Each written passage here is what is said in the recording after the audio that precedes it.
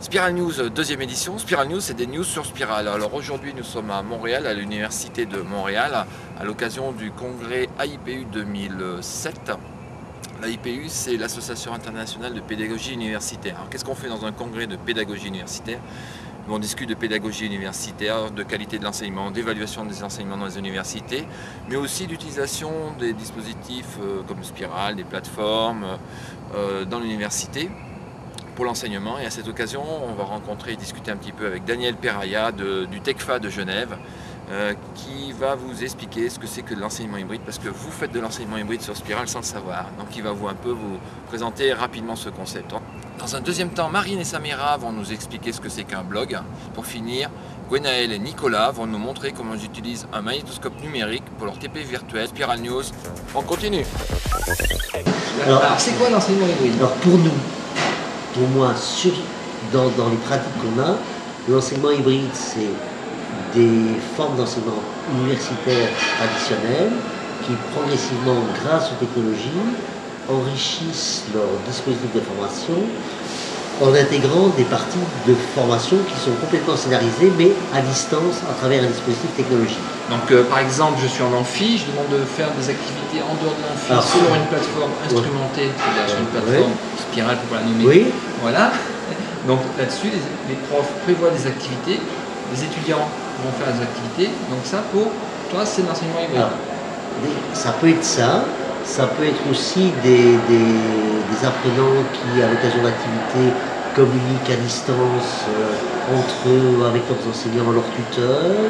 Ça peut être effectivement des gens qui sont à distance, qui assistent en téléprésence à des situations de cours qui sont données présentiellement, mais par exemple, ils peuvent y assister à travers une salle de vidéoconférence.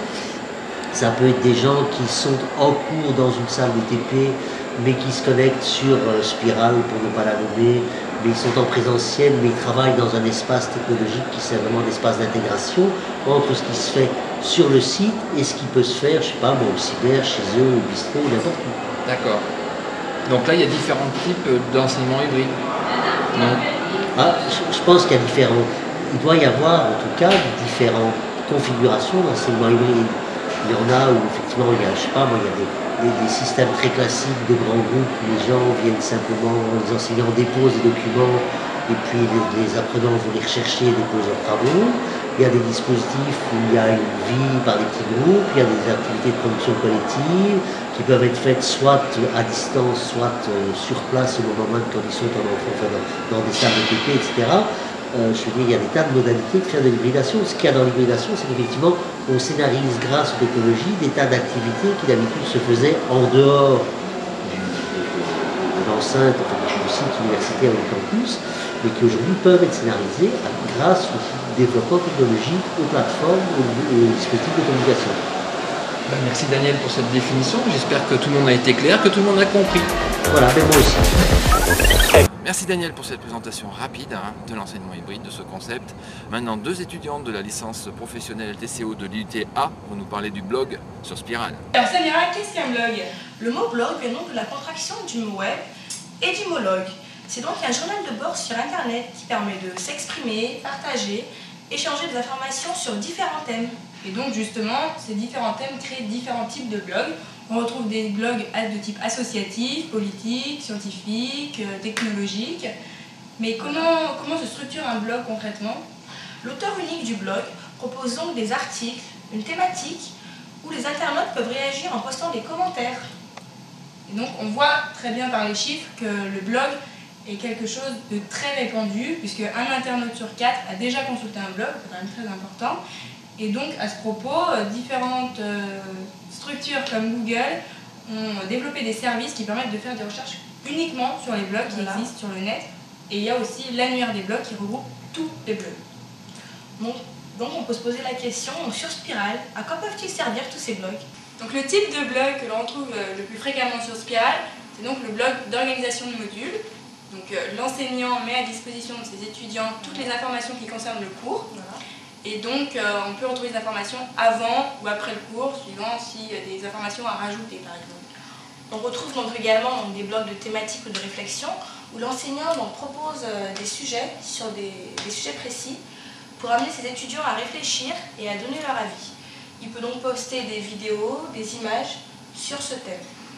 Et donc le dernier type de blog qu'on retrouve, c'est le blog mis à disposition aux étudiants par l'enseignant, où ils mettent tous les jours les informations concernant leur stage, ce qui se passe dans le stage, etc., quand ils sont par exemple en dehors de l'université.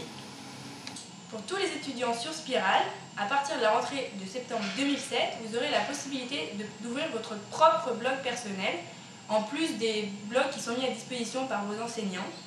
Donc là, vous aurez la possibilité de limiter les accès, c'est-à-dire d'ouvrir votre blog seulement à vos collègues de promo ou à tous les étudiants de Lyon 1 ou encore à tout Internet. Mais à ce moment-là, attention à la étiquette. Merci mesdemoiselles pour cette présentation du blog. Maintenant, Gwenaël et Nicolas vont nous présenter comment ils utilisent l'Arcos. C'est très simple, en fait, on passe via la caméra et il y a un câble ici qui est branché sur la caméra qui va à ce boîtier de dérivation, et après il y a un branchement direct sur la sortie vidéo de l'Arcos sur ce boîtier là, et ça marche directement, donc il y a un branchement extrêmement simple à faire. L'Arcos est un magnétoscope numérique qui peut numériser tout type de signal vidéo. Nicolas et Gwenaël ont raccordé l'Arcos au microscope, installé dans leur salle de TP, et pendant leurs cours, ils peuvent enregistrer leurs vidéos. Vous pouvez aussi le brancher sur un récepteur, un caméscope ou un magnétoscope. Pratique pour numériser simplement vos vidéos. Et puis après là, je fais donc gestion des fichiers. Je vais renommer. Là je peux faire effacer tout. Et donc après, je rentre en lettres majuscules. Et donc la lame c'est la F62. F62 toujours. La phase de sauvegarde, donc on le débranche tout simplement pour ensuite l'amener direction l'ordinateur pour sauvegarder. Avec une connectivité de type USB, l'Arcos peut se connecter à tout type d'ordinateur. Il doit être reconnu alors comme un simple disque dur par votre portable par exemple, qui le détectera automatiquement. Vous pouvez ainsi parcourir l'ensemble des vidéos que vous venez de numériser. Et cela devient un jeu d'enfant pour transférer les vidéos que vous voulez sauvegarder sur votre ordinateur. Et si jamais la place vous manque, vous pouvez les placer directement sur Spiral.